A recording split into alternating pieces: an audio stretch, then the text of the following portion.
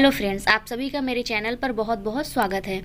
तो आज हम पर्यावरण के कुछ इम्पॉर्टेंट क्वेश्चंस, इम्पॉर्टेंट फैक्ट्स देखेंगे जिस भी टॉपिक से आते हैं। तो आज हम देखेंगे जल से रिलेटेड क्वेश्चंस और पेट्रोलियम से रिलेटेड क्वेश्चन और गैसेस से रिलेटेड क्वेश्चन। तो हम स्टार्ट करते हैं जल से।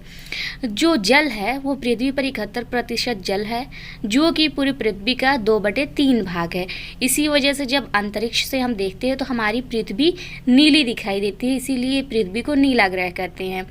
तो 21वां एजेंडा 1992 में, जिसको हम पृथ्वी सम्मेलन कहते हैं, जो 1992 में हुआ था रियो डी जेनेरो में, ब्राज़ील में यूएन कॉन्फ्रेंस में विश्व जल दिवस मनाने का निर्णय लिया गया था। तो इसी निर्णय के द्वारा 1993 में पहली बार 22 मार्च को जल दिवस मनाया गया और उसके बाद से प्रत्येक वर्ष 22 मार्च को हम जल दिवस के रूप में मनाते हैं। जो जल है वो 2 प्रकार के होते हैं, कठोर जल और मृदु जल। कठोर जल वो जल होते हैं जब हम उस पर साबुन लगाते हैं तो उसमें फेन नहीं आता, झाग नहीं आता कठोर जल में, जो कि पूरे पानी का 97.5% है, अप्रॉक्स 97% है, जो कि समुद्र का जल है। समुद्र का जल खारा होता है, इसीलिए वो कठोर होता है। मृदु जल 2.5% मृदु जल है, जो कि 60% जो है वो बर्फ़ है या तो जो हिमनद हैं, मतलब जो बर्फ़ की नदियां हैं उसके रूप में है, बर्फ़ के रूप में है। जो 30% है वो अंडरग्राउंड वाटर है, 10% है जो झीलों में है, नदियों में। तो केवल 1% ही ऐसा जल है जो कि नदियों में, झीलों में, तालाबों में है, जिसका उपयोग इंसान अपने कार्यों के लिए कर सकता है। जल जो है एक अकार्बनिक पदार्थ है, क्योंकि जो जल का कंपोनेंट होता है वो हाइड्रोजन और ऑक्सीजन होता है। इस वजह से जो जल है वो इनऑर्गेनिक मैटर है। मानव शरीर में 65 से 75% जल पाया जाता है। जल जो है वो शरीर के ताप को नियंत्रित करता है। इसी वजह से जब हमारे शरीर के अंदर जल की कमी हो जाती है तो डिहाइड्रेशन हो जाता है, निर्जलीकरण हो जाता है। जल के 2 प्रकार हैं, वो हमने पीछे पढ़ लिया, मृदु जल और कठोर जल। जो स्थायी कठोरता होती है, जो परमानेंट हार्डनेस होती है जल की, वो कैल्शियम और मैग्नीशियम के सल्फेट और क्लोराइड के प्रेजेंस की वजह से होता है। अगर पानी में कैल्शियम या मैग्नीशियम के सल्फेट और क्लोराइड है तो उस पानी में परमानेंट हार्डनेस रहती है। फिर हम आते हैं अस्थायी कठोरता पे। जो अस्थायी कठोरता है वो कैल्शियम और मैग्नीशियम के बाइकार्बोनेट की वजह से होती है। शुद्ध जल जो होता है वह उदासीन होता है, मतलब जो उसकी पीएच वैल्यू होती है शुद्ध जल की वो 7 होती है। जल के प्योरिफिकेशन के लिए, शुद्धिकरण के लिए क्लोरीन का उपयोग करते हैं, ब्लीचिंग पाउडर का उपयोग करते हैं। जल में जो हाइड्रोजन और ऑक्सीजन का रेशियो होता है उसके वेट के अकॉर्डिंग वो होता है 1:2, क्योंकि जो हाइड्रोजन का एटॉमिक वेट होता है वो 1 होता है और जो हाइड्रोजन में एटम्स है वो 2 हैं, तो इसका टोटल वेट 2 हो जाएगा। जो ऑक्सीजन का एटॉमिक वेट है वो 16 है, तो इसका जो रेशियो हो जाएगा वो हो जाएगा 1:8। फिर जो हाइड्रोजन और ऑक्सीजन का रेशियो है आयतन की वजह से, तो हाइड्रोजन के 2 हैं, ऑक्सीजन के 1 है, तो जो वॉल्यूम का रेशियो हो जाएगा वो हो जाएगा 2:1। और अणु भार, तो जो अणु भार है, वेट है, वो हाइड्रोजन का 2 है क्योंकि उसके 2 एटम है, प्लस 16 ऑक्सीजन का 1 एटम, उसका एटॉमिक वेट, तो टोटल हो गया अणु भार 18।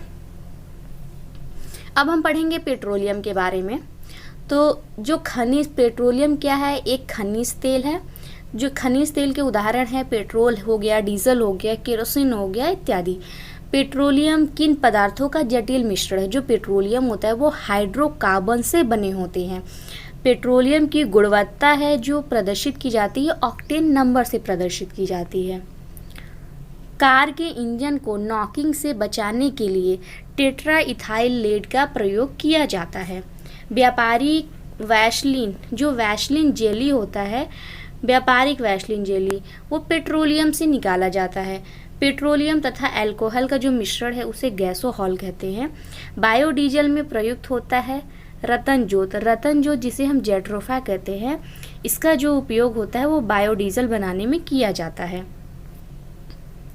प्राकृतिक ईंधन है, पेट्रोलियम एक प्राकृतिक ईंधन है। रसोई की गैस मिश्रण है, जो रसोई की गैस है उसको हम एलपीजी कहते हैं, लिक्विफाइड पेट्रोलियम गैस, जो कि मिक्सचर है ब्यूटेन और प्रोपेन का। ब्यूटेन 60% और जो प्रोपेन है वो 40% होती है। ब्यूटेन का जो परसेंटेज है वो ज़्यादा होता है। द्रवित सोना पेट्रोलियम को कहा जाता है। सीएनजी कंप्रेस्ड नेचुरल गैस, इसको संपीड़ित प्राकृतिक गैस भी कहते हैं। ये जो कंपोनेंट है, जो सीएनजी होता है उसका जो मेन कंपोनेंट होता है वो होता है मीथेन। अब हम कुछ इंपॉर्टेंट गैसेस के बारे में पढ़ लेते हैं जो पर्यावरण में इनकी इंपॉर्टेंस है। तो आग बुझाने में जो प्रयुक्त गैस होती है वो होती है कार्बन डाइऑक्साइड। गोबर गैस का जो प्रमुख घटक होता है वो मीथेन होता है। आग जलाने में सहायक गैस है ऑक्सीजन। स्ट्रेंजर गैस जिनान को कहा जाता है। क्रैकिंग गैस सल्फर डाइऑक्साइड को कहा जाता है। कच्चे फलों को पकाने के लिए एथिलीन और कैल्शियम कार्बाइड का उपयोग किया जाता है। गुब्बारों में और वायुयान के टायरों में हीलियम गैस भरी जाती है।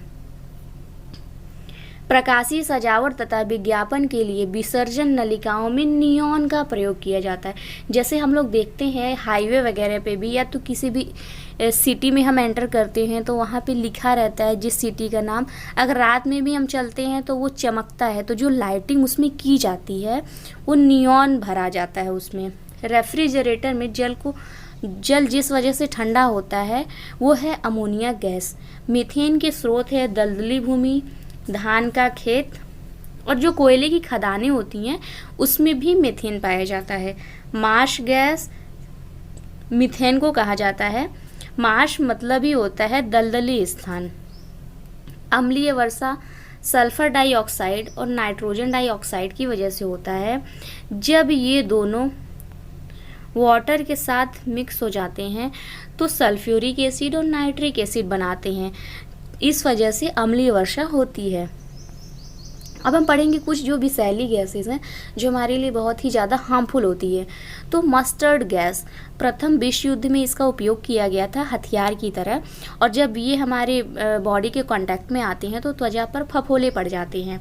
फिर है ल्यूसाइड, मस्टर्ड गैस हो गया। ल्यूसाइड का उपयोग जो हुआ था वो द्वितीय विश्व युद्ध में इसका प्रयोग किया गया था। फिर हम आते हैं मिथाइल आइसोसाइनेट मिक। 1984 में जो भोपाल गैस त्रासदी हुई थी वो मिथाइल आइसोसाइनेट की वजह से हुई थी। फिर है फॉर्जिन, जिसका केमिकल फॉर्मूला है carbonyl chloride phosphine phosphorus hydride, इसका केमिकल फॉर्मूला है। तो हमें पता है कि जो मिथाइल आइसोसाइनेट की वजह से भोपाल गैस त्रासदी हुई थी उसमें एक सेकेंडरी गैस थी। जो सेकेंडरी गैस थी वो थी फॉस्फिन। जीएम फसलें जेनेटिक इंजीनियर की मदद से तैयार ऐसी फसल है जो बीटी, जिसका फुल फॉर्म है बेसिलस थुरिंजिस, लक्षण के कारण ये कीटरोधी होती है। मतलब इनसे जो फसलें तैयार की जाती है उनमें कीट नहीं लगते हैं, कीट पतंगे उसमें नहीं लगते हैं। तो जो उच्च उत्पादकता वाली ऐसी फसल जैसे हो गया कॉटन, हो गया मक्का, सोयाबीन, बैंगन, इनका केवल एक बार ही उपज होने के कारण यह महंगी भी हैं। ऐसी फसलें जहां पोषण स्तर एवं उत्पादकता की दृष्टि से महत्वपूर्ण मानी जाती हैं। तो अब हम इसको पढ़ते हैं। आनुवांशिक रूप से संशोधित फसलें, जिसको हम कहते हैं genetically modified crops, transgenic crops, ऐसी फसलें हैं जिनके डीएनए में आनुवांशिक इंजीनियरिंग की माध्यम से परिवर्तन किया जाता है ताकि उनमें लक्षित गुणों का समावेश किया जा सके। जीएम फसलों में ऐसे जीनों को प्रविष्ट करवाया जाता है जो प्राकृतिक अवस्था में उनमें नहीं मिलते हैं। मतलब नेचुरली अगर हम कोई फसल को उत्पादन करते हैं फसलों का, उसमें नेचुरली स्टेज में वो सारी जीन नहीं उसमें मिलते हैं, तो उस जीन को हम प्रविष्ट कराते हैं। उस जीन को प्रविष्ट कराने के बाद उन पौधों में कीड़े मकोड़े नहीं लगते हैं। तो जीएम फसलों की उच्च पैदावार, कम कृषि लागत, कीटों के विरुद्ध प्रतिरोधता जैसे गुणों के कारण विश्व भर में इसकी खेती बढ़ रही है। भारत में भी पिछले वर्षों इसकी खेती को बढ़ावा दिया जा रहा है। भारत में बीटी कपास जो एक जीएम फसल है, इसकी शुरुआत काफ़ी सफल किंतु विवादास्पद रही है। 2002 में इसकी शुरुआत के बाद एक दशक में कपास उत्पादन दोगुने से भी अधिक हो गया, लेकिन इसी समय मूल्य निर्धारण एवं बौद्धिक संपदा अधिकारों के मुद्दे पर विवाद भी शुरू हो गया। बीटी बैगन के विकास के लिए 2005 में महीको अमेरिकी कृषि बायोटेक कंपनी मोनसेंटो की भारतीय सहयोगी कंपनी ने 2 विश्वविद्यालयों के साथ समझौते पर हस्ताक्षर किया। 2 विशेषज्ञ समितियों द्वारा जैव सुरक्षा द्वारा और क्षेत्र परीक्षणों के अध्ययन के बाद बीटी बैगन को भारत के शीर्ष बायोटेक्नोलॉजी नियामक जेनेटिक इंजीनियरिंग अप्रेजल कमेटी द्वारा 2009 में इसके वाणिज्यिक उत्पादन की मंजूरी दे दी गई, लेकिन इसके बाद भारी विरोध को देखते हुए सरकार ने इसके उत्पादन को स्थगित कर दिया। तो इसमें ऐसा क्या था कि उसके उत्पादन को सरकार ने नहीं होने दिया, उसके उत्पादन को स्थगित कर दिया गया। तो कुछ चिंताएं हैं इसमें, जैसे जो आनुवांशिक इंजीनियरिंग की तकनीक एवं जो विकसनशील तकनीक है तथा मानव स्वास्थ्य एवं पर्यावरण के इसके प्रभाव का अभी उचित आकलन नहीं हो पाया है। वैज्ञानिकों के अनुसार इससे उत्पन्न जोखिम अनुक्रमणीय प्रकृति के हो सकते हैं या जेनेटिकली मॉडिफाइड जीवों को नियंत्रित न कर पाने से पारिस्थितिकी तंत्र पर गंभीर प्रभाव पड़ सकते हैं।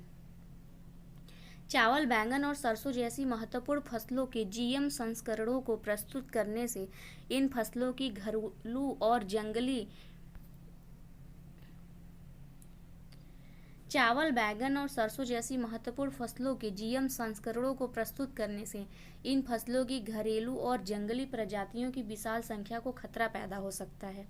जीएम फसलों के द्वारा उत्पादित विषाक्त पदार्थों के खिलाफ कीटनाशकों में प्रतिरोधी क्षमता उत्पन्न हो जाने का भी खतरा है और इन विषाक्त पदार्थों से अलाक्षित फसलों के प्रभावित होने की भी आशंका है। खाद्य पदार्थों में एलर्जिक पदार्थों के शामिल हो जाने अथवा पोषण कारकों के शामिल हो जाने का भी खतरा है। भारत में खाद्य सुरक्षा एवं पोषण सुनिश्चित करने के लिए जीएम फसलों के उत्पादन को अनुमति देना एक दूरगामी कदम सिद्ध होगा, लेकिन उससे पहले इससे संबंधित चिंताओं का समाधान अवश्य किया जाना चाहिए। मतलब ये जिस तरह से उत्पादन को बढ़ा रहा है लेकिन हमारे पर्यावरण में कोई गलत इम्पैक्ट न डाले, इस वजह से इसका जो समाधान है, इसकी जो चिंताएं हैं ये 4, उसको दूर किया जाना अति आवश्यक है।